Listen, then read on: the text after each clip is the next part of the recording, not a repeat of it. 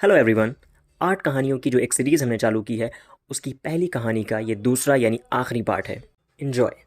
मैं सीधे अब्बू के पास गई और उनसे बोला कि मेरी जिंदगी में अब कुछ नहीं बचा है, कम से कम मुझे आगे पढ़ने दें, ग्रेजुएशन कर लेने दें। जवाब में 1000 ताने और एक झापड़ मिला। ये जानते हुए कि खुदकुशी गुनाह है और इससे जहन्नम में जाते हैं, मैं भागती हुई किचन में गई और छुरी उठाकर अपने हाथ की नस काट ली, क्योंकि जहन्नम में जाने वाला काम तो मैं ऑलरेडी कर ही चुकी थी। ऐसा काम जिसकी माफी भी नहीं होती, क्योंकि अगर होती तो मेरे माँ बाप मुझे माफ कर चुके होते। गलती की या तो माफी होती है या सजा, पर मुझे जितनी सजा मिल गई उसके बाद माफी की जगह नहीं थी। आंख खुली तो अस्पताल के बेड पर मैं जिंदा थी। मुझे भयानक गुस्सा आया कि जब मेरी कोई जिंदगी नहीं है तो मुझे बचाया क्यों। घर वालों से कोई बात नहीं हुई। शाम तक मैं वापस घर आ गई। अगले दिन मैंने फिर से वही कहा कि मेरी जिंदगी में और कुछ नहीं है, मुझे पढ़ना है। अब्बू ने इस बार थोड़े कम कड़वे लहजे में मना कर दिया। मुझे पता था कि इससे ज्यादा क्या कर लेंगे ये लोग, मार डालेंगे। उसके लिए तो मैं तैयार ही हूँ। इसलिए मैंने बीबीए करने की जिद शुरू कर दी। थोड़ी और पिटाई, 1000 और ताने और एक और सुसाइड अटेम्प्ट लगा मेरे माँ बाप को मेरी पढ़ाई के लिए मनाने के लिए।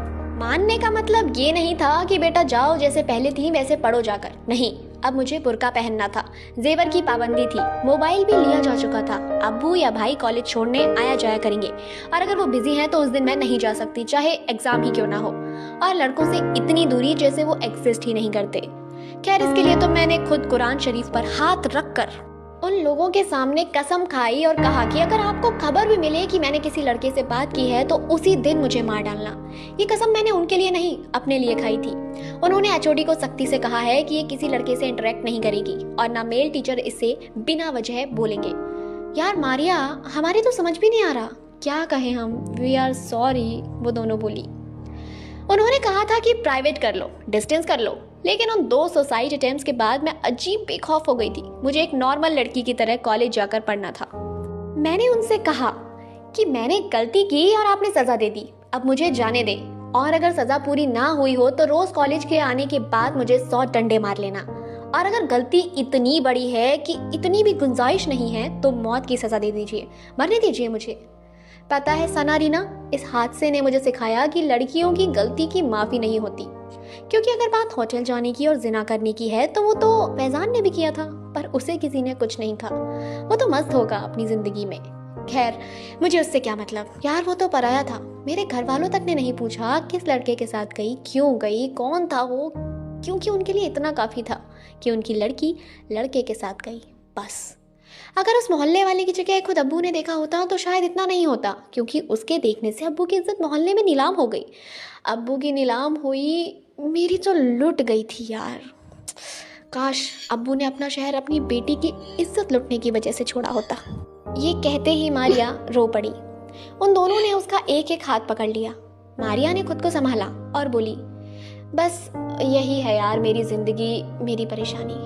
मैंने तो इन सारी चीज़ों से बस यही समझा है कि हमारे माशरे में लड़की को फरिश्ता समझा जाता है, वो एक इंसान की तरह गलती नहीं कर सकती। रीना, तुम लोगों में भी लड़की को लक्ष्मी कहते हैं ना?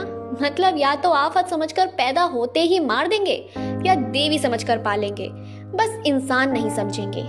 क्योंकि इंसान समझ लेंगे तो उसे गलती करने का हक देना पड़ेगा ना।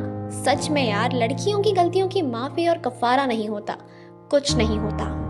सना बोली, यार मुझे ना तो इतनी समझ है ना तजुर्बा कि मैं इस पर कुछ कमेंट करूं, पर यार अल्लाह गफूर रहीम है। तुमने तौबा करी तो उसने तुम्हें माफ कर दिया होगा, और फिर तुमको तो इतनी सजा भी मिल चुकी है।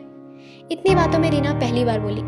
मैंने तो इससे बस इतना समझा है कि लड़के भरोसे के लायक नहीं है, चाहे वो शक्ल, आदत या किसी भी चीज में कितने भी अच्छे हों। मैं तो किसी लड़के से ऐसा रिलेशन नहीं रखूंगी, सीधे शादी करूंगी।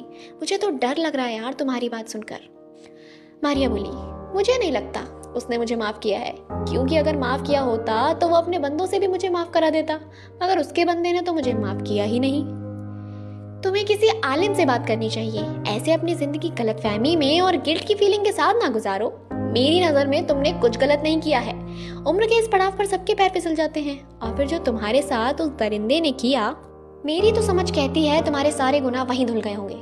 सना बोली, बात तुम्हारी सही है, लेकिन मैं बात नहीं कर सकती, मेरे पास मोबाइल नहीं है और ना मैं कहीं जा सकती हूँ। अरे एक आइडिया है, मेरे एक कजन है, उन्होंने आलिमत की है, उनसे मशवरा कर सकती हो। कितने बड़े हैं वो? क्यों, मुझसे कुछ 4-5 साल बड़े होंगे। मैंने बताया ना, लड़कों से बात ना करने की कसम खाई है मैंने, और ना भी खाई होती तो करती कैसे। तुम मेरा मोबाइल ले लो। तुम मेरा कत्ल करवाना चाह रही हो तो ऐसे ही बोल दो। अरे यार, सना और मारिया की बात चल ही रही थी कि तभी रीना बोली, अरे सना, तो तुम इसकी मैसेंजर बनकर अपने भाई तक बात पहुंचा दो ना, वो जो कहे इसे बता देना, सिंपल। पर नहीं यार, ऐसे उन्हें पता चलेगा तो पता नहीं बात फिर कितनी बढ़ती चली जाएगी। छोड़ो, रहने दो, मारिया ने इंसिस्ट किया। अरे नहीं नहीं, ऐसा नहीं होगा, लोग उनके पास एडवाइस लेने आते रहते हैं, वो कभी किसी का जिक्र तक नहीं करते, बहुत दीनदार है मेरे भाई, उन्हें पता है किसी के राज को खोलना कितना बड़ा गुनाह है। सना ने जब ये बताया तो मारिया मान गई। रेसेस भी खत्म हो गया था, तीनों क्लास में जाने के लिए चल दी। रीना ने पूछा, क्या तुम लोगों में बुर्का ऐसे ही जबरदस्ती पहनाया जाता है? सना जवाब देने लगी, नहीं यार, मुझे देख, मैं तो नहीं पहनती, मेरे घर वाले तो कभी। मारिया उसकी बात काटते हुए बोली, देखो यार, मुझे मेरे घर वालों ने ये मेरी हरकत की वजह से पहनाया है, ये सच है, पर अगर ये नहीं भी होता तब भी मैं खुद भी पहनती, क्योंकि मैं अपने मजहब को सीरियसली लेती हूँ। कुरान में अल्लाह ने औरतों को खुद को ढकने का हुक्म दिया है, और मुझे बुर्के से ऐसे कोई परेशानी भी नहीं है। मैं बुर्के में भाग सकती हूँ, गाड़ी भी चला सकती हूँ, पढ़ाई भी कर सकती हूँ, डॉक्टर इंजीनियर भी बन सकती हूँ। बुर्का मुझे कुछ करने से नहीं रोकता ये समाज है। हाँ, गर्मी लगती है बुर्के में, लेकिन हम वो भी बर्दाश्त कर लेते हैं। पर गुस्सा पता है कहाँ आता है? गुस्सा आता है कि उसी अल्लाह ने मर्दों को अपनी नजरें नीचे करने का भी कहा है, वो तो नहीं करते, और इस बारे में कोई बात भी नहीं करता। अल्लाह ने दोनों को अपना अपना काम दिया, सब नहीं, पर चलो 50% औरतें तो तब भी अपने आप को ढकती हैं। मगर मैंने आज तक एक भी मर्द नहीं देखा जो नजरें नीचे करके चले। शर्मिंदगी से कहती हूँ, अपने अब्बू को भी नहीं देखा। ये महान लड़के रास्ते भर लड़कियां घूरते हुए घर पहुंचेंगे और बहन को बुर्का पहनने को बोलेंगे। अरे क्या फायदा फिर हमारा बुर्का पहनने का, जब तुम हमें ऐसे घूरने वाले हो जैसे हम नंगी घूम रही हैं। अरे हिपोक्रेसी की तो ये हद है कि क्या बताऊं। देखो, लड़कों के लिए उनका सतर खोलना गलत है, नहीं खोलना चाहिए। सतर मतलब नाभि से लेकर घुटनों तक का हिस्सा, पर वो तो चड्डी में बैठकर सबके सामने नहाएंगे, किसी को कोई मतलब नहीं है। लड़की के टखने भी दिख जाएं तो हाय तौबा। अरे शांत गधाधारी भीम, शांत, मैंने तो बस ऐसे ही पूछ लिया था, रीना ने माहौल को हल्के करते हुए कहा। अगले दिन क्लास में सना उसका इंतजार कर रही थी। सना ने उसको एक पर्ची दिखाई। पर्ची पर लिखा था, काला रसूल्ला कुल्लू बनी आदम खताउन व खैरुल खताइन अत्तवाबून। वो देखकर सना बोली, उन्होंने ये कहने को कहा था, पर मेरी समझ नहीं आया, इसलिए मैं लिख लाई। इसका मतलब मुझे नहीं पता। मुझे पता है, इसका मतलब है कि अल्लाह के रसूल ने कहा कि आदम की हर औलाद गुनहगार या गलती करने वाली है, और सबसे अच्छा गुनहगार या गलती करने वाला वो है जो तौबा कर ले। ये पढ़कर वो बैठ गई। लेक्चर शुरू हो गए, पर उसके दिमाग में यही एक जुमला घूम रहा था। वो यकीन करना चाह रही थी पर कर नहीं पा रही थी। उसे लग रहा था कि अगर ऐसा सचमुच है तो आज तक उसे रियल लाइफ में ऐसा कुछ क्यों नहीं दिखा, क्योंकि रियल लाइफ में तो गलती करने वाले चाहे कितना भी तौबा कर लें और माफी मांग लें, पर उसे ताने मिलते ही रहते हैं। वो सना के भाई से ये बात पूछना चाहती थी, पर उसे अपनी कसम याद आ गई तो वो चुप बैठी रही। फिर उसे एक आइडिया आया कि वो सना से इसका जिक्र कर देती है। अगर उसने अपनी मर्जी से अपने भाई से ये कह दिया तो बात बन जाएगी, कसम भी नहीं टूटेगी, और उसे समझ आ जाएगा कि अल्लाह भी उसे ये बताना चाहता है। तो उसने ऐसा ही किया। अगले दिन वही हुआ जो मारिया चाहती थी। सना आई और बोली, यार बुरा ना मानना, पर तुम जो कल बात कर रही थी वो मैंने अपने भाई से कही थी। तो उन्होंने कहा कि इस हदीस में रसूल अल्लाह ने जो गलती करके तौबा करने वाले के अच्छे होने की बात कही है, वो अल्लाह के नज़दीक अच्छे होने की बात है, बंदों के नहीं, क्योंकि तौबा इंसान अल्लाह से करता है, बंदों से नहीं। और वैसे भी एक इंसान हर इंसान की नज़र में ताउम्र अच्छा नहीं बन सकता। इसके अलावा अल्लाह और इंसान के माफ़ करने में भी फ़र्क है। देखो, शीशे का एक बर्तन अगर टूट जाए तो इंसान किसी भी तरीके से उसे जोड़ ले, पर उसकी दरारें नज़र आती ही रहेंगी। मगर मेरा अल्लाह उस बर्तन को ऐसा जोड़ता है कि पहले जैसा कर देता है, मानो वो कभी टूटा ही नहीं था। बस यही फर्क है इंसान और अल्लाह की माफी में।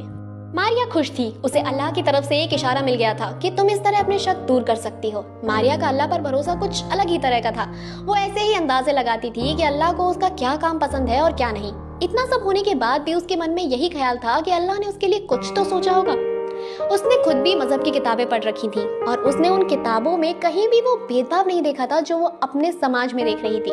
बस उसे इसी बात का गुस्सा था कि लोग इस्लाम को सिर्फ लड़कियों पर क्यों थोपते हैं, खुद वैसे क्यों नहीं अमल करते।